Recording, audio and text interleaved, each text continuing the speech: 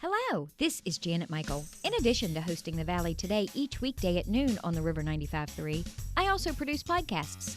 And I'm excited to kick off Season 2 of our podcast series in partnership with Rappahannock Electric Cooperative. It's called We Are REC. Every week we'll release a new episode talking to different people from REC about a host of different topics. We'll get tips for saving money on your electric bill. We'll talk about renewable energy and the impact it can have in our communities. We'll get some behind-the-scenes info about what happens when the power goes out in a storm. Don't miss out on information about community grants, scholarships, REC-hosted events, and more. Get every single episode on our website at theriver953.com under the podcast tab, or you can subscribe for free in Apple Podcasts, Google Podcasts, or on Spotify. Just do a quick search for We Are REC.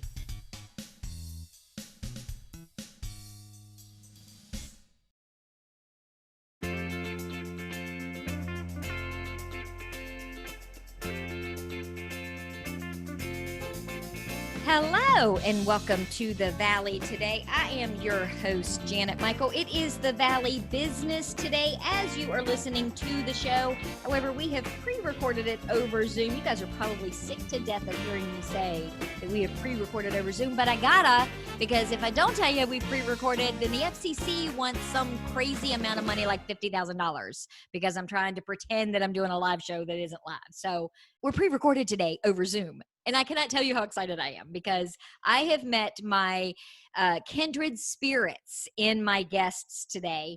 Amy Voss DeVito is on the Zoom screen with me, along with her husband, Jeff DeVito. They are the accidental publishers, is what I'm going to call them, of the Mountain Courier.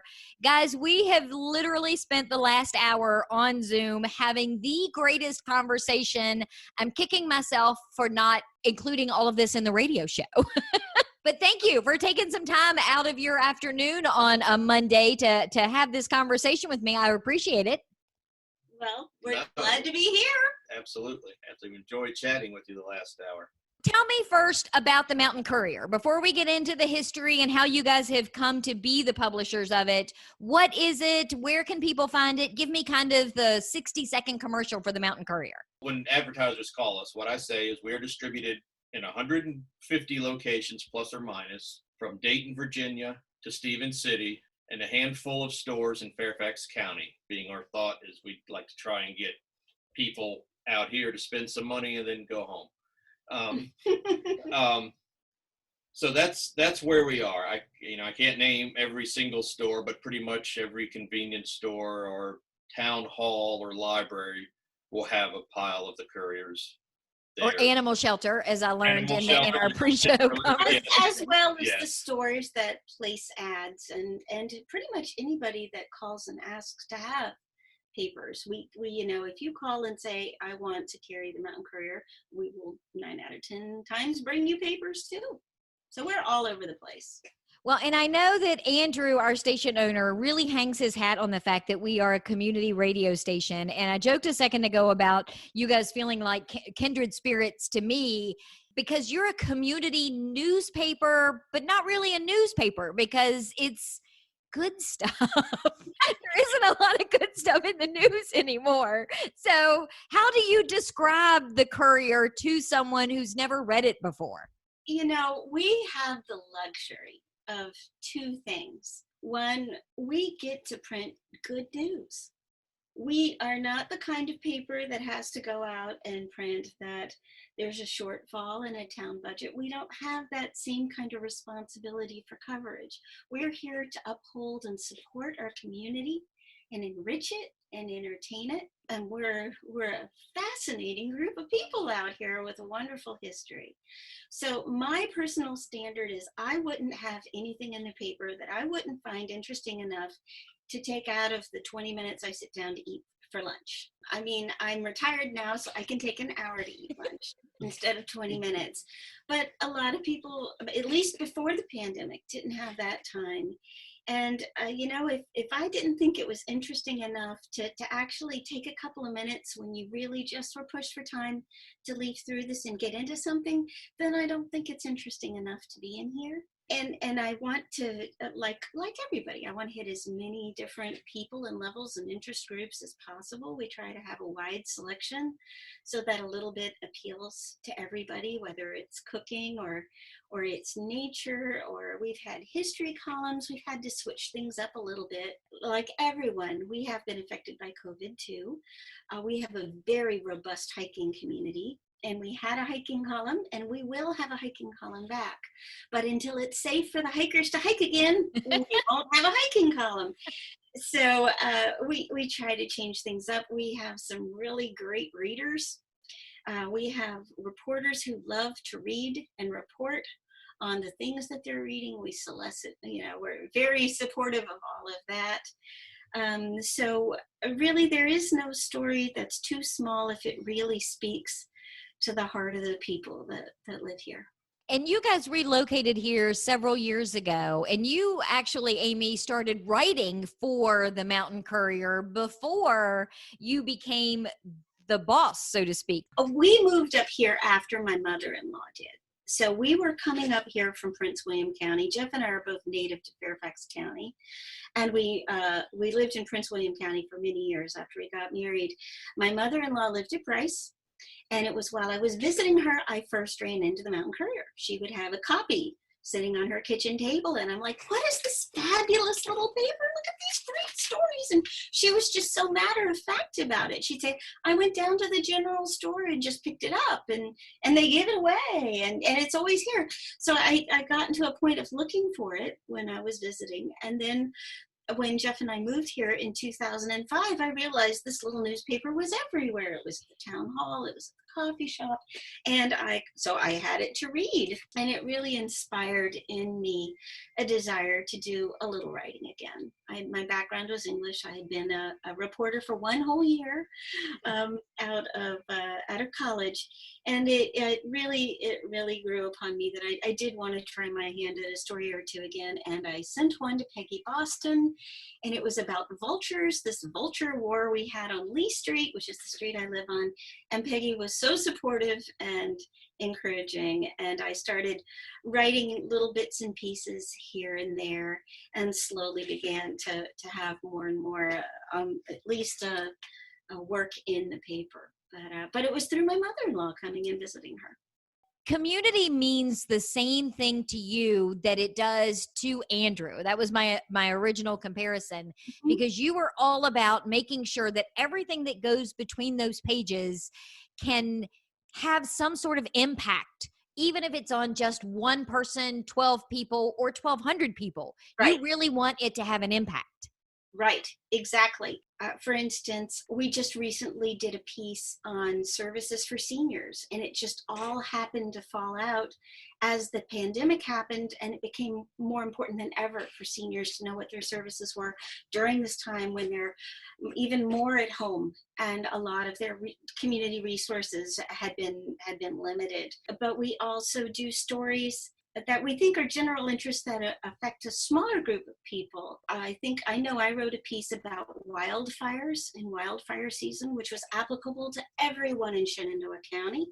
But we might also write a shorter story about, we just literally had a column about cooking yesteryear recipes, and it featured the little tiny community of Orkney Springs and their volunteer fire department, and that's just a little handful of people, a pocket in a community, but they deserve to be heard and listened to too.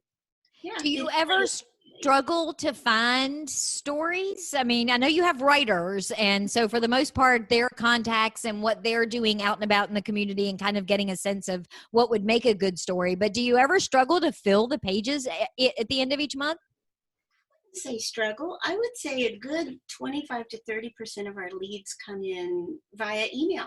People simply email me at the Mountain Courier, and they say, hey, I know somebody who was at the Battle of the Bulge, and he's turning 97 years old. And he lived through that experience, and he was actually there when they invaded Germany, and he didn't know it, but his brother was shot down and killed overhead during the same invasion. And you know what? He lives 6 blocks away from you, Amy. Maybe you could go interview him. So we do get wonderful leads from people contacting us. We always want to encourage them to do that. And it's funny because that's another thing that you and I have in common, because that's where I get a lot of my show ideas and guests for my show is people will reach out and say, hey, I listened to your show and you should really talk to XYZ person because they've got this really cool thing going on or this really cool history or they live in this really funky house. You know, there's always the community. And that's where, you know, you've kind of done what you came to do and it's come full circle, I think. Yes, they've read it, they've responded, they have ideas, and they're really looking forward to next month. That's when you know you're doing it right. Let's take a quick break. When we come back, can we get into the weeds a little bit about the logistics of it? And because you are advertising based, let's talk a little bit about COVID and what the impact it's had on advertising, as well as just your process, because that kind of got turned on its head as well. Can we talk a little bit longer when we come back after this commercial break? Absolutely. All right, we're going to do all of that when we come back. We are on a Zoom screen today with Amy Voss DeVito and her husband, Jeff DeVito. They are publishers of Mountain Courier. We're going to come back and talk to them for a few more minutes in a few more minutes. Hang in there. I'm Janet Michael, and this is The Valley Today. Do you know anyone who is struggling with financial hardships because of coronavirus? Our new webinar called Coping with the Money Crunch can help. We'll talk about immediate options to consider, revising or creating a spending plan, and lots of community resources. Then we'll cover how to narrow your priorities, contact creditors, and avoid scams and risky loans. The webinar is free, and you can either join by phone or through Zoom on a smartphone, tablet, or computer. You can find out more by visiting the Northern Shenandoah Valley Financial Education Program on Facebook or calling Karen Poff at 540-635-4549. Let me show you how to make your own plan or help someone you care about get through the crisis. Call 635-4549 or visit at NSV Financial Education on Facebook today.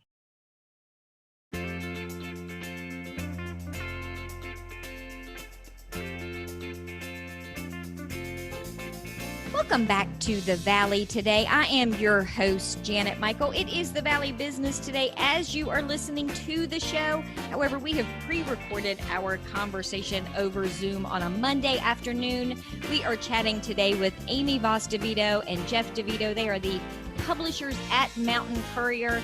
If you have not picked up a copy of it somewhere, go do it today. It is a phenomenal piece of, and Amy, we joked about this a little bit in the first segment when I said newspaper, because it's not really news, but it is kind of news, because one of the things that you have in the Mountain Courier is this column called Comings and Goings, and that's kind of news, but it's very businessy, right? Oh, it is. Now, while a lot of people will think of the Mountain Courier as a feature newspaper, and we are full of feature stories and columns with an emphasis on community and how we work together and general interest stories. Our best known column, or one of our very best known columns, is one that Joan Anderson writes. She's been writing it for years. I believe 2 years ago, the paper took a third place in business. Was it business writing? I think it was, for her column. For the Virginia Press Association. And we were very pleased because it meant that the VPA understood the importance of business and community journalism in small communities.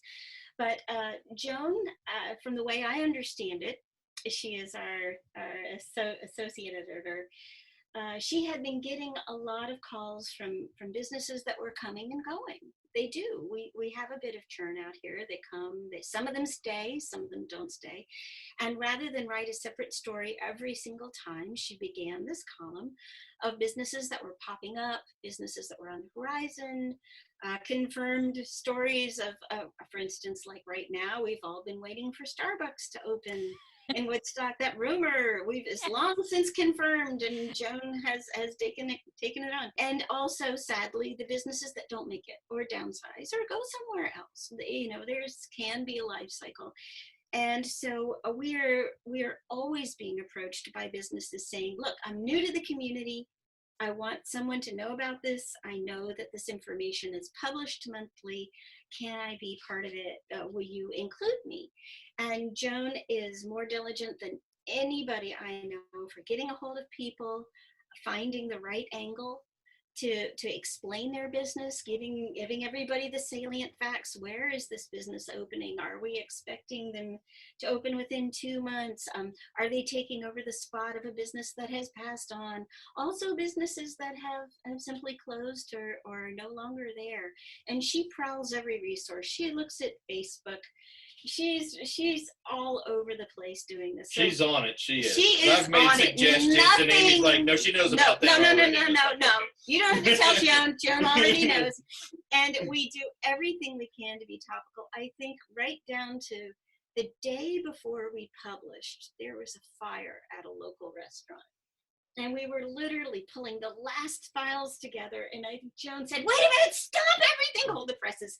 We've got to put in the fire in the restaurant." And we did. So, and the community understands it. The businesses really, really appreciate it. So you still use the phrase "stop the presses." I do on deadline. It still means a lot to me. But we get so much appreciation from the business community and the chamber for the extra word out on businesses and business development. It's right there on page 3. It's very practical, useful information, and nobody presents it like Joan Anderson. So how has COVID changed? We talked about this in the beginning of the show too. How has COVID changed the way you put the Mountain Courier together? Are you still doing it the same way you used to, or have you had to kind of change your process a little? We've changed our process. I miss the way we used to do it. Personally, I pine for a time to get back to it. It was just a lovely, informal procedure that, to the best of my knowledge, because Jeff and I have owned the paper since 2016, but as far as I know, it's always been a core group of writers that got together for breakfast or lunch and had a lovely time and caught up and kicked around their ideas. And they're a wonderfully smart, funny, diverse bunch. They come up with all kinds of angles and interests. And so we get a rough list of stories and ideas, and then everybody goes home, and over the next couple of days, stories may pan out. Somebody might not have been around, or a lead disappears, and we finalize a final story list. And over the course of the month, the stories come in. Our fabulous graphics editor, Lynn Crumpacker, designs the paper. She's just got this wonderful visual sense. And she would send... And how long has she been doing it? She's been doing it. I don't know. She's been doing this 21. I don't know. I'm ashamed to say I don't know. Years and years and years. She may not want you to put a number to that She may anyway, not. because, Jeff, sometimes us women don't necessarily want numbers attached to things. Right. She is the heart and soul of the paper too. But at any rate, she would send us a digital copy of the paper, and we would print it out. It is a tabloid, so it is yay big. You can't see that on radio, can you? It's a tabloid. We would print out a full size of the pages, and then we'd get together again at the end of the month and have lunch, and everybody would pass around the pages and mark them up. And Suzanne Montgomery, our fabulous, talented, revered copy editor, would take a look at everything. And then that night, Lynn and I would burn the midnight oil, make the final changes, and eventually we would make the final changes to the digital copy, and the files would be locked in and sent to Narrow Passage Press, which prints our paper, which has always printed our paper. And usually within a day or two, it was printed and it would be distributed by Brenda Simons, our distributor. But we had to adjust like everyone. We could not get together for those meetings, those essential meetings. And like everyone else, like we are doing right now, we went to Zoom, and we all made that adjustment. Everybody managed to download the app and log in and get a password and set their profile picture. So now, instead of having coffee and eating breakfast at Fort Valley Nursery, which I really, really, really miss, we're all drinking coffee and talking to each other via our computers. But we managed to get the same work done. And at the very end, Lynn sends the digital files, and rather than print out a physical copy and pages, I send that to everyone, and we review it on the computers. So people may be looking at 36 to 40 pages online, and sometimes they call me, but more often they'll email me the changes, and we have adapted just like everybody else. I know that you're advertiser supported because you're free. I mean, it doesn't cost anybody anything to go pick up a copy somewhere. Right. What did COVID do for your bottom line? Because I know what the impact it's had on the radio station and a lot of small businesses. You really weren't immune from that either, were you? No, we're very grateful that our hit has not been anything like some of the businesses around us. Okay. So yeah, we did take a hit in advertising revenue because a lot of the advertisers were advertising events that just aren't going to happen. And I think of, for instance, we had a pretty steady stream of advertisers that would have chicken and ham dinners and bingo nights and a lot of those social things. All the town events. The town events are coming back, and some of the ads that we saw, for instance, like in the wineries that closed for 2 or 3 months, but that are able to safely open now at a smaller volume or outside, some of those ads are coming back. The Shenandoah Valley Musical Festival is going to happen. Yes. And, people are adapting. Businesses are adapting at the speed of light because they have to. So our sales, our revenue has dipped. We have lost advertisers, but it is coming back, and it hasn't been anything like the heartaches some of these other businesses have We had to faced. cut back on our printing. Initially. Because so many places were closed. Right. That actually was quite a challenge because Brenda Simone's has been our distributor forever. And during that first month or two, when almost everybody was closed, it was so hard to go and take them a paper, but not know where to leave it. The store was open, and you didn't necessarily have someone's number to call, or you couldn't reach them, and there was no safe place to leave you a bundle of papers out of the rain. So that was a very real challenge. Then it became more critical to be at our 5 newspaper boxes. We have just started since March in this COVID time to have waterproof totes at the public libraries. We were very concerned that no matter what, people would be able to find a place where they could pick one up. A lot of people, we're told, will go to the town hall to pay their water bill and pick up their paper every month, and that's just a tradition that warms our hearts. But if the town hall isn't open, you need to be able to get somewhere where you really can get your hands on that paper. So that's what we were working on. And we're pleased to say our circulation is back up because most of the stores, if not all, are open. Even if it's, limited hours or they're doing outdoor seating and maybe not inside, you can still get copies. It might just be up for the long weekends. Right. It might just be 3 days a week. But almost everybody is open for business to some extent again. And the other piece is, even if you're like me in Middletown and I can't walk to the end of my street, find a box, grab a copy, and come back and sit on the porch and read it, I can read it online because you put a link to it on your Facebook page every month when it's released, right? Yes, we do. Absolutely. You can find it. It's a Dropbox link. So you can click on it and directly go to the issue of the month. And in fact, all of our back issues at least for years and years are there. We get a surprising number of calls of people who say, I read a story 3 years ago about the children that were dancing at a local Nutcracker performance. Do you have a hard copy of that? And if I don't, I can say, you can read it online. That archive copy is still there. And it's tremendous fun, actually. It's loads of fun to see that latest issue load up and get the comments because they're pretty much overwhelmingly positive. And people, being as shut in more than usual at this time, are waiting. They're really ready to have something new to read. We talked about that beforehand. I am still very much a printed type reader. I still read real books with actual paper pages. You can print it from that Dropbox and read it just as easily there if you're not an online reader kind of person. That's true. You can print it out from that online link. If you really want to print out a copy of a story and have it there in black and white, you certainly can. So if somebody is listening today and they want to submit a story, or maybe they want to buy a subscription, because I know that you will mail it to people, especially if it's somebody who doesn't live here anymore and their parents have relocated, but they think, mom or dad might think it's an awesome idea. Where is the best place for someone to go to reach out to you and send you a story idea or get a digital copy of the Mountain Courier? Well, you can always actually put in a request on the Mountain Courier website. It's a Facebook page, and you can send us a message. And people do all the time. Businesses will say, I have an idea, or I'd like to get information on a subscription, and they message us on the Facebook page, which is fine.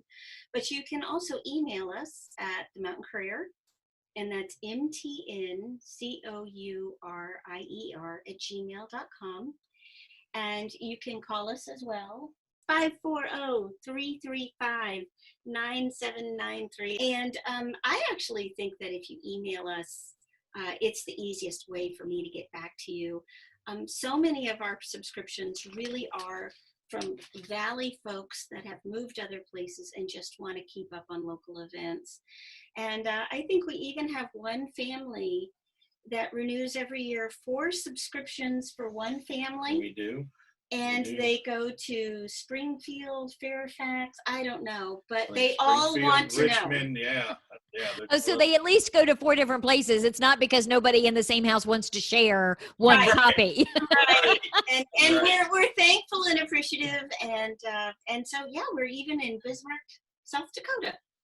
Now that's kind of cool. Well, we are going to wrap up our conversation today with Amy and Jeff DeVito. They are the publishers of the Mountain Courier. Again, if you missed any part of today's show, you can head over to theriver953.com, choose the podcast tab. Show is already up on the Valley Today page with the show notes. I'll have links to the emails, to the phone numbers, and everything that Amy and Jeff told us about. I may even include some of the extra conversation that we had earlier before we started recording the show. But Amy, Jeff, this has been fantastic. I really have enjoyed talking to you guys this afternoon. Oh, Janet, it's been wonderful. It's been a joy. And we love the river. Thank you. We're all independent media, making a go of it. We're still making it work. Making it work. Making it work. Thanks. Tomorrow is our Community Health Partnership Day, so I will be chatting with Dr. Fowler from Valley Health. Meet me back here tomorrow a few minutes after noon. I will have that conversation ready to go for you.